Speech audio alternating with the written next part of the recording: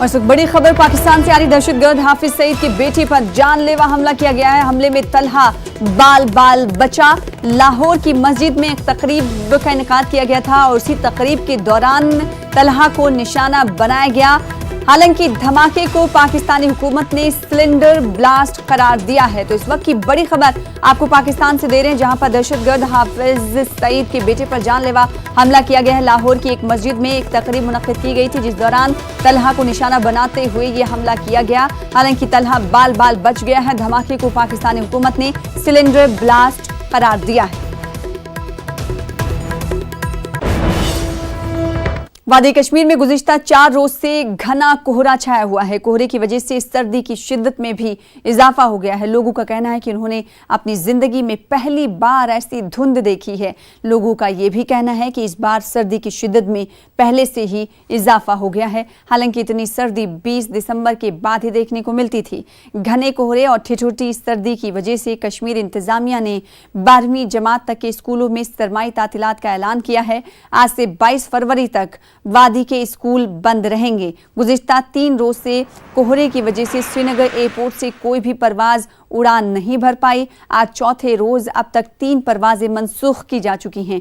जम्मू श्रीनगर कौमी शाहराह आज एकतरफा ट्रैफिक के लिए खोली गई है। आज श्रीनगर से जम्मू की तरफ जाने वाली गाड़ियों को चलने की इजाजत दी गई है। तो घना कोहरा नजर आ रहा है और श्रीनगर में क्या कुछ दिखाई दे रहा है, ठिठुरती ठंड के बाद जानने की कोशिश करेंगे। हमारे साथ हमारे नुमाइंदे परवेज जुड़ रहे हैं। परवेज, लगातार सर्दी कहर बर्पा कर रही है वादी कश्मीर में। आज श्रीनगर में किस तरह की ठिठुरती सर्दी आप देख पा रहे हैं? वहीं अगर इंतजामिया की तरफ से बात करें तो क्या कुछ इकदाम इस सर्दी को लेकर उठाए गए? जी बिल्कुल सना, पिछले 3-4 रोज़ से लगातार ऐसा ही मौसम यहाँ पे बना हुआ है। सुबह के टाइम हमने देखा जो घना कोहरा यहाँ पे छाया रहता है, उसकी वजह से आम जिंदगी जो है वो बुरी तरह से मफलूज होकर रह गई है। अगर हम ज़मीनी ट्रांसपोर्ट के हवाले से बात करें तो ज़मीनी ट्रांसपोर्ट को भी चलने फिरने में काफ़ी दिक्कतें होती हैं। सुबह तकरीबन 12-1 बजे तक यहाँ धुंध लगातार रहती है। हमने देखा कि नेशनल हाईवे जो कि आज एक तरफा ट्रैफिक के लिए खुली है, यहाँ श्रीनगर से जम्मू ट्रैफिक आज रवाना होगा, तो हमने देखा कि वहाँ पे भी जो धुंध के चलते हैं वो ट्रैफिक को चलने में काफ़ी दुश्वारियाँ पेश आ रही हैं। दूसरी ओर अगर हम यहाँ एयर ट्रैफिक के हवाले से बात करें तो एयर ट्रैफिक आज चौथे रोज़ लगातार यहाँ मुअत्तल है। यहाँ पे सुबह से तकरीबन 3 फ्लाइट्स जो हैं 3 फ्लाइट्स कैंसिल हो चुकी है अभी तक। इसी घने कोहरे की वजह से पिछले 3 रोज़ में लगातार यहाँ पे एक भी फ़्लाइट न लैंड हो पाई है, न यहाँ से जा पाई है, जिसकी वजह से लोगों को शदीद मुश्किलात का सामना करना पड़ रहा है। अगर ठंड के हवाले से बात करें तो -2.5 यहाँ कल रात का टेम्परेचर रिकॉर्ड किया गया है और जो दिन का दर्जा हरारत है वो 4 डिग्री सेल्सियस यहाँ पे रहता है। तो लोगों का यही कहना है कि इस किस्म की सर्दी या यहाँ चलाई कलान में आती थी 21 दिसंबर के बाद इस किस्म की सर्दी देखने को मिलती थी। ताहम इस बारी सर्दी पहले से ही शुरू हुई और लोग अभी तैयार नहीं थे इस सर्दी के लिए पूरी तरह से। दूसरी ओर अगर हम कोहरे के हवाले से बात करें, कोहरा यहाँ पे एक नई एक चीज़ लोगों को दिखाई दे रही है, क्योंकि कोहरे का चलन यहाँ पे ज़्यादा था नहीं।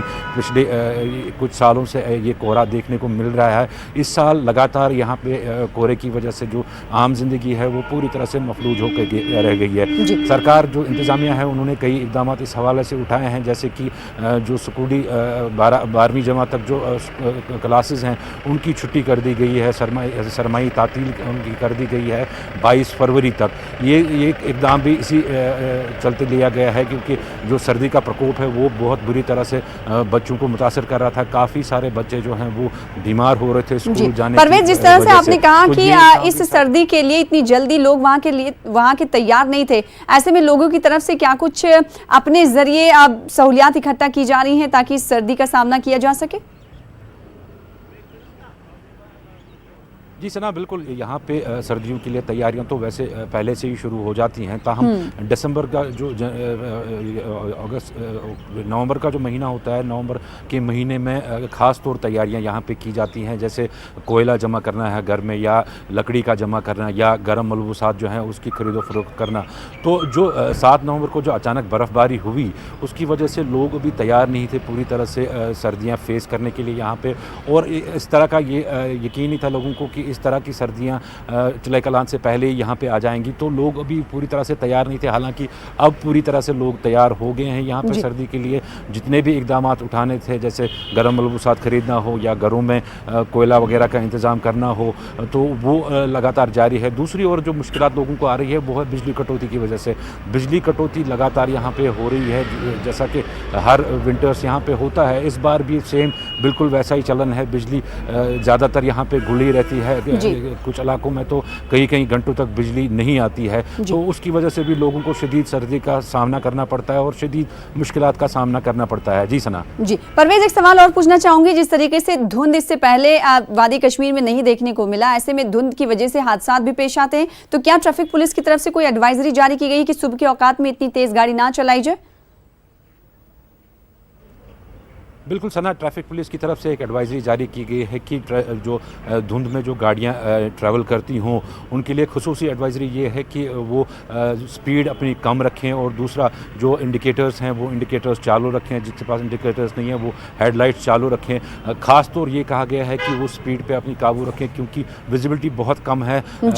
यहाँ 10 फीट की भी विजिबिलिटी नहीं बन पाती है गाड़ी देखने में, तो ऐसे में अक्सर खदशात रहते हैं कि हादसा हो सकते हैं। कल भी हमने सुना कुपवारा में एक हादसा पेश आया जिसकी वजह से कई लोग उसमें ज़ख्मी हो गए हैं। तो हादसा अक्सर पेश आते हैं, ऐसी वजह से तो ट्रैफिक पुलिस ने एडवाइजरी जारी कर दी है। लोग भी एहतियातन ही गाड़ियाँ चला रहे हैं। खासतौर अगर शहर श्रीनगर के हवाले से बात करें तो ये एक कंजस्टेड एरिया है, यहाँ पे वैसे भी गाड़ियाँ ज़्यादा स्पीड नहीं पकड़ पाती हैं, तो इसके चलते जो स्पीड कम करने को कहा गया है ड्राइवर्स को, और जो फॉग लाइट्स हैं या हेडलाइट्स हैं उनको लगातार चालू रखने के लिए कहा गया है। तो बेशक ये भी एक चिंता का विषय है कि जो हादसात होते हैं, वो एक्सीडेंट्स जो होते हैं, इसमें ज़्यादातर वो बढ़ जाते हैं। जी सना। जी बेहद शुक्रिया परवेज, तफसीलात से बातचीत करने के लिए। फिलहाल आगे बढ़ेंगे। पाकिस्तान अपनी हरकतों से बाज नहीं आ